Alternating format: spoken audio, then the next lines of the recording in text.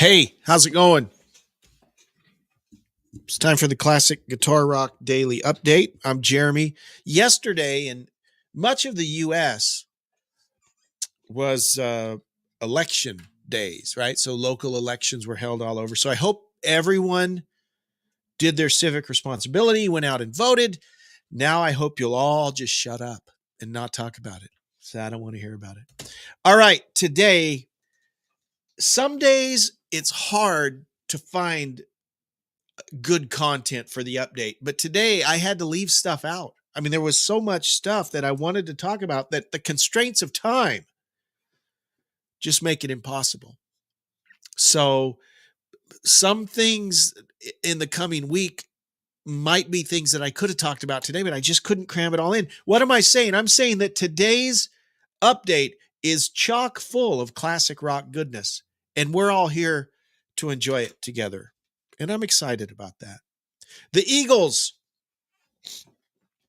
Apparently, the long goodbye tour is getting even longer and more goodbye-ish. They're adding dates. They've added how many more? Oh, a bunch more dates. Newly announced concert dates include Palm Springs, California, St. Louis, Missouri, Omaha, Nebraska, Tulsa, Oklahoma, New Orleans, Orlando, Charlotte. They're going to go back and play Charlotte, apparently. Because I think they've already, I don't know. But they're adding more dates to this long goodbye tour, much like the Kiss End of the Road tour apparently has no end. They're just adding dates. But you know what? If people want to buy tickets for $500 a pop or whatever they are to see the Eagles, but more power to them. Here's the thing about the Eagles, specifically Don Henley. Excuse me, I've got the sniffles today. This is a lament of a YouTube content creator, right?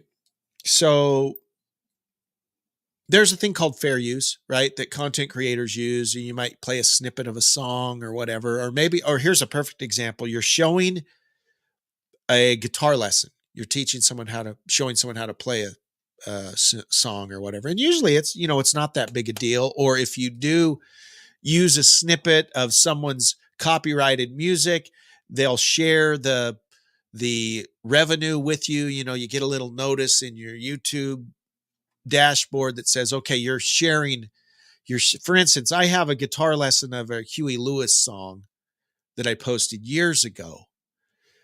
And right after I posted, a little thing comes up and says, you'll share revenue. I'm like, okay, that's cool. Whatever. So, I still make probably a few cents a month off that lesson from 6 years ago. And I split it with Huey Lewis's record company or whoever it is. Right.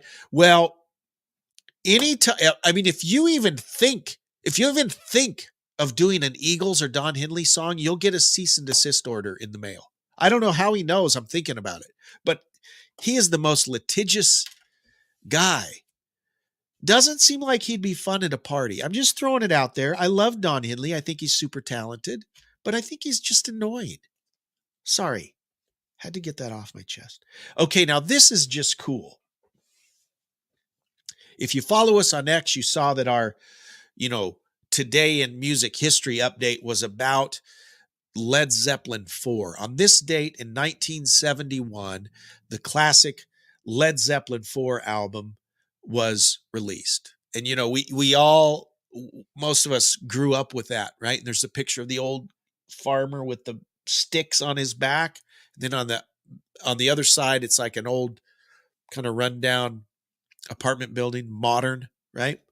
Well, the identity of the man on the cover of that album has finally been identified by a historian 52 years after the album's release. So this smart guy, university researcher Brian Edwards, discovered another print of the same picture in 2021 while studying the pictorial history of Wiltshire, a mostly rural county of England known for its ancient stone circles, including Stonehenge and Avebury.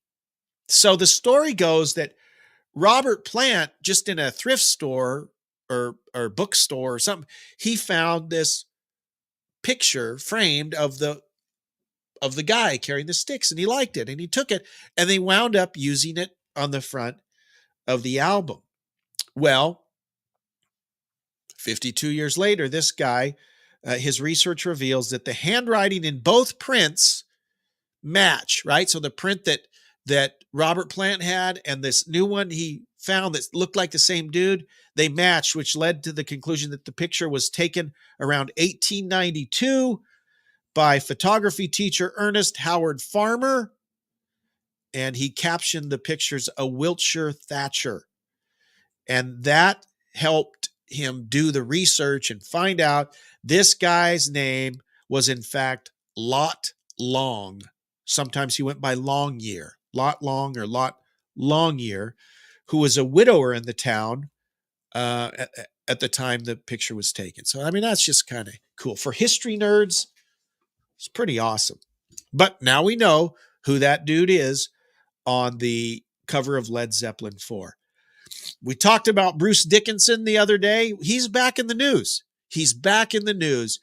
He's going to be in a movie. I'm already liking the premise of this movie, okay?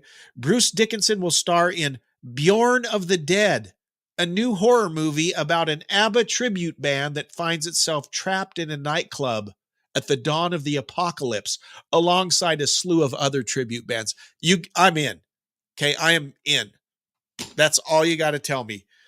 I mean, this is kind of like a bad classic rock version of Five Nights at Freddy. I'm all in. I'm all in. I don't want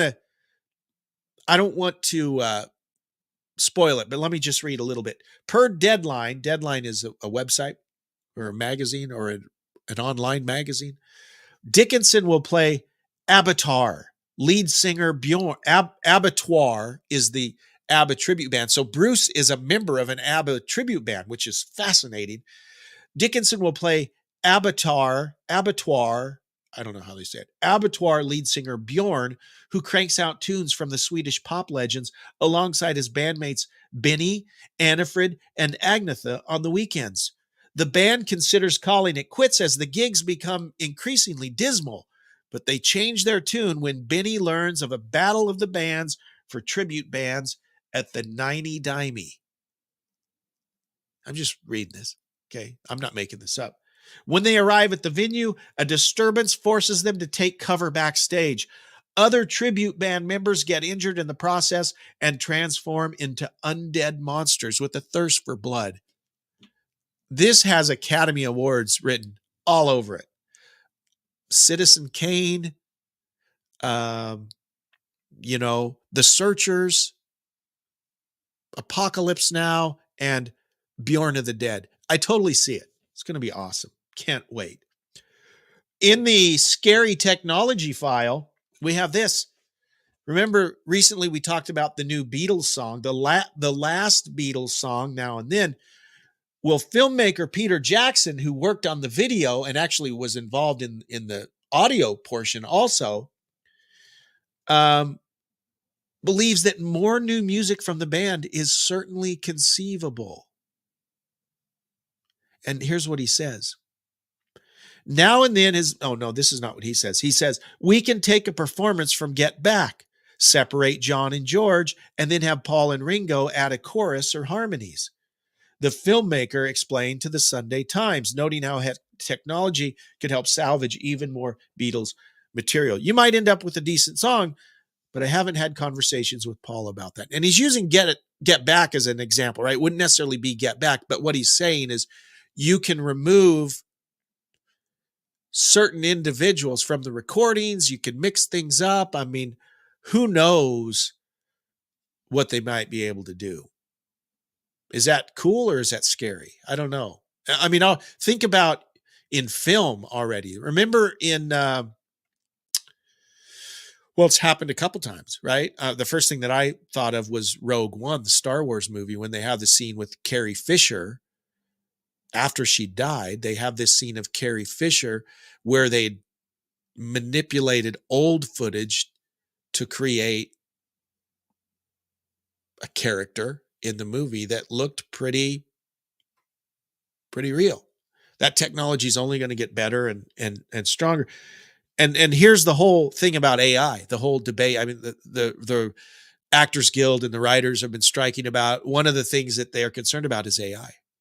Guys, literally in 10 or 15 years, we won't need actors, right? The AI, the CGI, whatever you want to call it, will be so good that they won't need actors. Right? I do voiceovers. The AI technology for voiceovers is already almost so good that they won't need voiceover people anymore, right? It'll all just be computer generated. How do we feel about that? What do you guys think? Sorry, I didn't mean to get so deep and philosophical, but that's coming, right? That's the brave new world that's coming in music, in film, in writing, Chat GPT. Kind of scary stuff. Okay, this is a fun story. I'm a big fan of Alice Cooper. I like Alice Cooper. During a recent appearance on BBC's The Rock Show with Johnny Walker, legendary rocker and golf aficionado Alice Cooper was asked if he still plays golf, and this got him into a whole very interesting conversation. One of Alice's best friends, people don't know this, was Glen Campbell, who died in 2017. Now, if you don't know, Glen Campbell, one of the greatest guitarists to ever live, regardless of genre. The guy could play it all. I remember hearing an interview with Glen Campbell where he was watching the VH1 top 100 songs of the 70s, one of their countdown shows that VH1 used to do. So they're counting down the top 100 songs of the 70s. Glen Campbell had played on like 42 of them. Okay. Glen Campbell was like the Steve Lukather of the 60s and 70s. He was part of the Wrecking Crew, great studio ensemble that played on so much great music. And he was the type of guy that that's what these guys did. Hey, we need this kind of vibe. Okay. You need rock? Well, I'll do rock. I mean, that's the way he was. Phenomenal guitar player.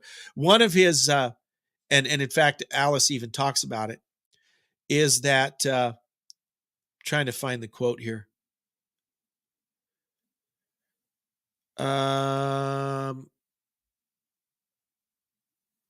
Anyways, I can't find it, but he was phenomenal. So what am I getting to with this story? Well, Alice tells about a time that Eddie Van Halen comes to visit him to play golf. So they're going out to play golf and they play around. And Alice is a very good golfer. And he said Glen Campbell was an awesome golfer. He says, here's what he says. He said that Glen was great. I mean, Glen was he was really one of those guys that was probably the best short game amateur I'd ever seen in my life. At 60 yards in, he was as good as any pro. So that's from Alice Cooper talking about Glen Campbell. Glen Campbell, great golfer. Eddie comes out to play golf with Alice. They play around. And Eddie keeps asking, how's my golf game? How am I doing? How am I doing? And Alice keeps saying, you're a great guitar player. You're the greatest in the world. Apparently Eddie's golf game wasn't as good as Eddie was hoping it was. And they kind of laughed about that. But then Eddie says, hey, here's the real reason I came out here. I want a guitar lesson with Glen Campbell. So he knew that Alice and Glen were good friends. Glen called. And that's the story. Eddie wanted a guitar lesson with Glen Campbell. I'm trying to find a quote where it says that Glen could play the Battle Hymn of the Republic and the National Anthem at the same time on an acoustic guitar. He was considered one of the great guitar players in music, not just rock and roll or country, just guitar player in general. The guy could do anything. And Eddie wanted to take lessons from that guy. So I just thought that was kind of a cool story. Two of my favorite guitarists, Glen Campbell and Eddie Van Halen, in the same story. I don't know if the lesson ever went down. There are conflicting stories about if they ever got together, but I just think that is a great story. I am supposed to have an album to talk about, but I don't have an album. But we kind of went long, so I think that's okay. So tomorrow I owe you an album to talk about. Guys, thank you so much for watching the updates. Please check out the podcast, and you can subscribe right here on X for as little as $1 a month. Thank you so much. Live long and prosper.